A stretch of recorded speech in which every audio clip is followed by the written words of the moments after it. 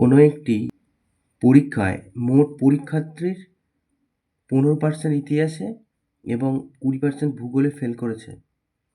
যদি উভয় বিষয়ে 10% ফেল করে তবে উভয় বিষয়ে পাস করেছে কত শতাংশ পরীক্ষার্থী? উভয় বিষয়ে 10% ফেল করে আর ইতিহাসে 15% ফেল করে। তাহলে আমরা প্রথমে লিখব শুধুমাত্র।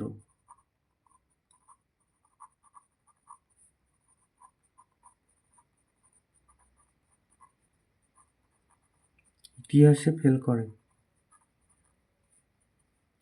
টোটাল তো 15% শুধু ইতিহাসে। তো যারা উভয় বিষয়ে তারাও তো ইতিহাসে ফেল করে, তাহলে সেটা বাদ দিয়ে দিই। 10% উভয় বিষয়, তাহলে এই 5% শুধুমাত্র ইতিহাসে ফেল করে। এবার লিখি শুধুমাত্র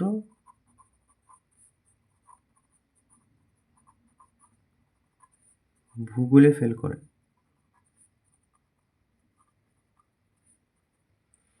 এই যে 20% ছিল ভূগোলে, তাহলে তার থেকে বাদ দিয়ে দিই উভয়,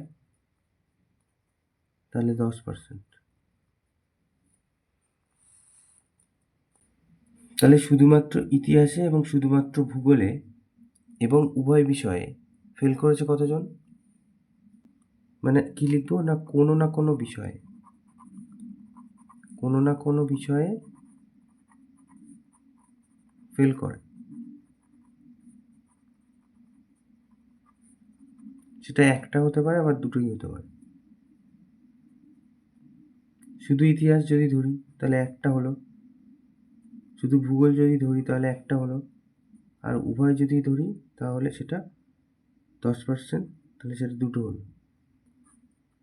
তাহলে এরা নয় একটা আর নয় দুটোতেই ফেল করেছে। কত পার্সেন্ট? তাহলে 25%।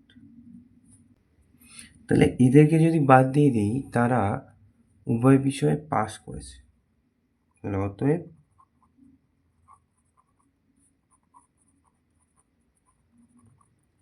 উভয় বিষয়ে পাস করেছে, তার মানে তারা কোনো একটাতেও ফেল করেনি বা দুটোতেও ফেল করেনি। তাহলে সেটা বাদ বাকিটা 100 হচ্ছে মোট, তাহলে 75%। এইটাই তাহলে উত্তর।